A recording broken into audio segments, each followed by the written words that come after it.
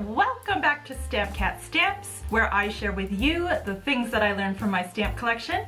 And today is Mother's Day. It is Sunday, May 12th, and I hope you've all had a chance to greet and celebrate the mothers in your life. As you can see, I've got my Mother's Day bouquets here with me. My family actually celebrated Mother's Day on Friday, and we all went to a tulip picking farm. And before we left the house, I just threw some stamps in my purse that I have of tulips, hoping that I could do some extreme philately. And I was not actually planning on making a video about it. I was hoping to just snap some pictures that I would post on Instagram. But as always seems to happen, when I started researching about tulips for my stamps, I learned so much new information that at this point it's just easier if I make a video talking about what I learned rather than a single Instagram post.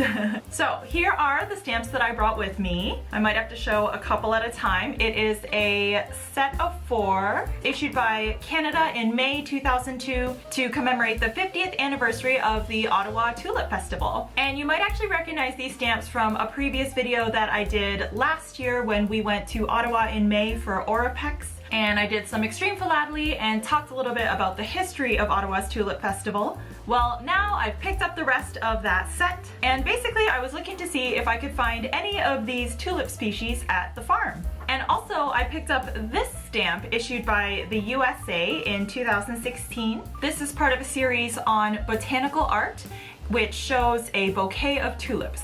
So I went in search of tulips that looked like the ones shown on my stamps, and I did not really actually have much success, but I'll show you a few clips of the farm anyway because it was really cool. And again, sorry about the footage, it's all in portrait mode and the clips are pretty short. Again, I wasn't really planning on making a YouTube video about this. I was kind of just taking pictures and videos for my own personal use.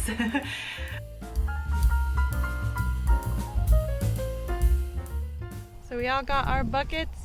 The ticket includes 10 tulips that you can pick from their farm here. And there's my mom. But here's my first attempt at extreme philately, and honestly the only thing that these flowers have in common is that they're both white and they're both in Canada.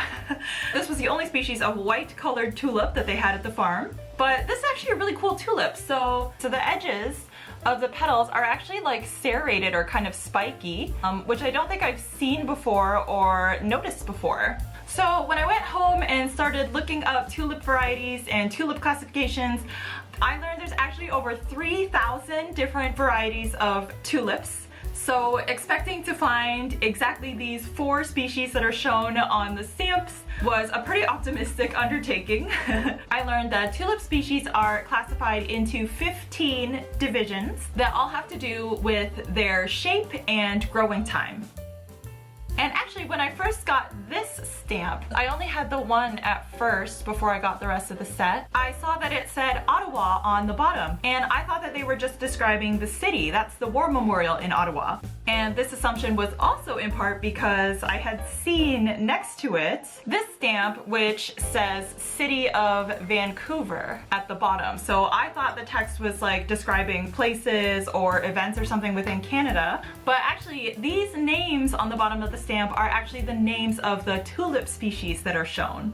So this City of Vancouver tulip, as you can see, is creamy white, and it is Division 5, or single late blooming. And apparently this species of tulip was created by a Dutch research station with the goal to create an outstanding, disease-resistant, and long-lasting cut flower tulip. And I did wonder, why did they name it City of Vancouver? And apparently the name Vancouver itself actually has Dutch origins. So Vancouver is named after Captain George Vancouver, whose family name was actually shortened from Van Coverden, which is a city in the Netherlands, and the Dutch name actually means cow crossing.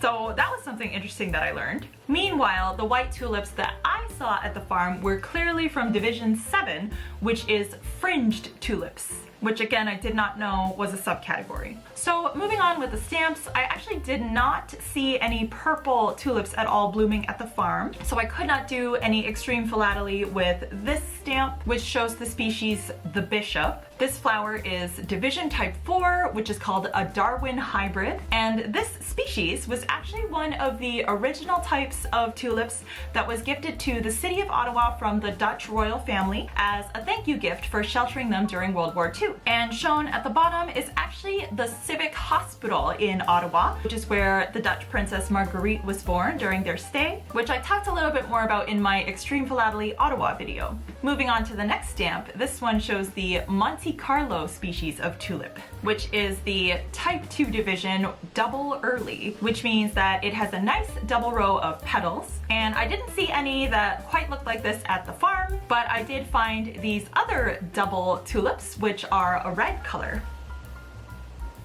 The Monte Carlo tulip is apparently an award-winning tulip for something called the Award of Garden of Merit, which is apparently a designation given to some flowers that are best for all-around garden value. So if you're wondering what to plant in your garden, there's apparently a selection of flowers that has received awards or received this designation. So they're supposed to be best overall in terms of consistency, resistance to pests or diseases, and kind of growability. As you can probably tell, I'm not really much of a gardener. And finally, this last stamp shows the Ottawa species of tulip, which maybe I found at the farm here. It seems to match the colors, but I really can't find too much information on this species of tulip. So if you go to the internet and search Ottawa species of tulip, you just get hundreds and hundreds of results about the Ottawa Tulip Festival in general. So I'm not really sure about the origins of this species or if there's any other interesting tidbits of information. Also, random interesting fact that I learned while searching into these, there are actually plates that have been made highlighting these stamps.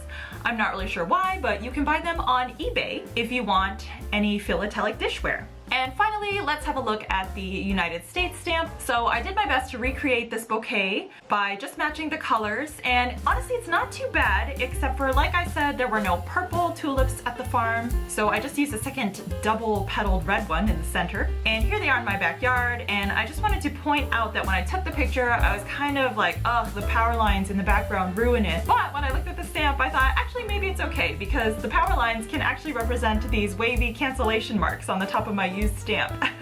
And I found an interesting post on the Stamp Community Forum about this series. So like I said, this was issued in the United States in 2016 as part of the Botanical Art series. And this collector on the Stamp Forum wrote a letter to the librarian. I forget the name, but it is a New York botanical society that has the largest collection of historical catalogs. And he was just asking the librarian for basically the names of the flower species shown on the stamps. And she actually replied with all of the information for the dates and names and publications of the original nursery catalogs that were used as the basis for illustrations for these stamps.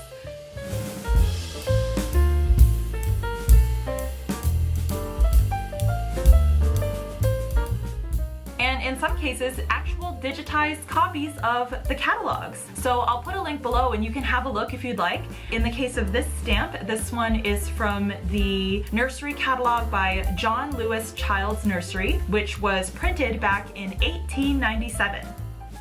I just thought that was really cool. I'm always interested in sort of the original image that inspired stamp designs, not just the physical object that the stamp might show, but also if it's from any special photograph or painting. I think that's really interesting to find out. And in this case, it's from a 19th century nursery catalog.